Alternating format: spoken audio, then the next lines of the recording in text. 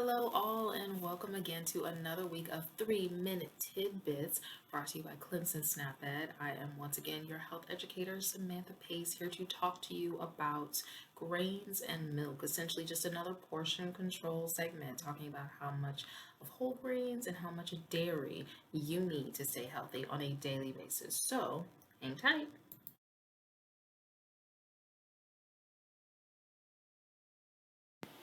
So the first thing that we're going to talk about today, before we even get into the portion control, is essentially why grains and dairy are so important. First thing, grains give us fiber and iron. Iron essentially is produced within our bones that allows us to make blood within our body. When we make that blood carries the oxygen, nutrients that we need throughout our body in order for us to do our daily processes. Now, jumping over to the fiber that is also found within our grains, that fiber helps us to keep us fuller longer, as well as to clean out our digestive tract. Now, dairy, on the other hand, dairy has calcium in it, which helps to keep strong bones as well as strong teeth. So, super duper important. All right. So, that's why grains and dairy are super duper important. Fiber, iron, calcium. Three big things. Now, the next thing that we're going to get into is essentially the portions, why we're all here in the first place. Now, those portions for those grains are going to be from 3 to 8 ounces a day. So 3 to 8 ounces a day. And then for the dairy, it's going to be 3 cups per day. All right. So 3 to 8 ounces grains and then 3 cups per day for the dairy. All right.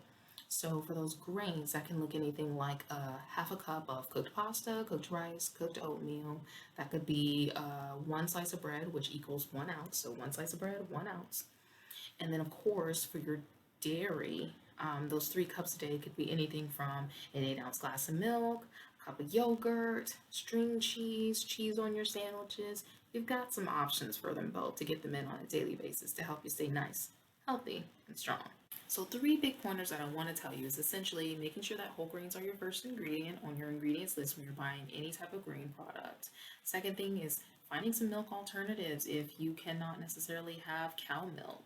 And then, of course, cutting back on your sugar and your fats within your breads as well as your milk, respectively. So, of course, when we're talking about the first ingredient within our grain products, we want to make sure that it's whole grain. All right. Now, if it's whole grain, then that essentially means that you're getting more fiber, you're getting more iron, and that when it's the first ingredient, that's the most item, that's most of any item that they put into that product. All right. So you're getting more fiber, more iron, better for you overall.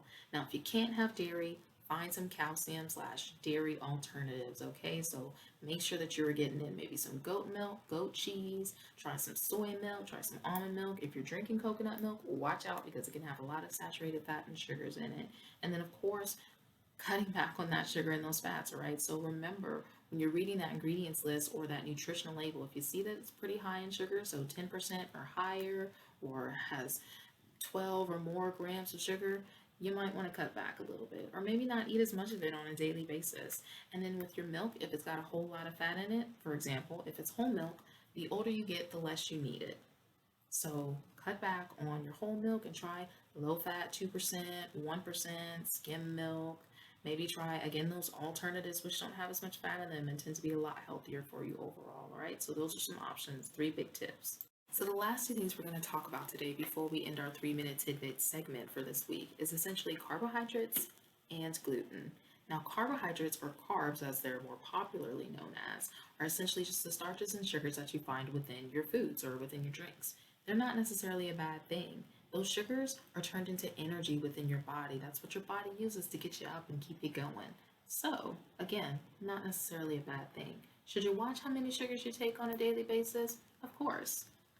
Just remember that as an individual, for your individual health, you want to definitely talk to your doctor, especially if you're diabetic or have high blood pressure. So essentially talk about your personal dietary needs and how much carbs or how much sugar you should be intaking on a daily basis, or even how much salt, again for that high blood pressure, that you should be taking in on a daily basis to make sure that you're meeting your personal needs and staying healthy and fit for as long as possible. Now, for that gluten is essentially a protein that's found within grains, okay? Now, this protein can sometimes cause digestive upsets for someone who has a gluten sensitivity or has, say, celiac disease. But for your average everyday person, it's not really going to do anything. So definitely don't be afraid of gluten. Don't be afraid of grains. Don't be afraid of carbohydrates. All of these things are used within your body again for fiber and iron to keep you fuller longer and to help you produce that blood and to keep you healthy overall. So thanks again for joining me for another week for our 3-minute tidbits. This has been your health educator, Samantha Pace, signing off and saying bye.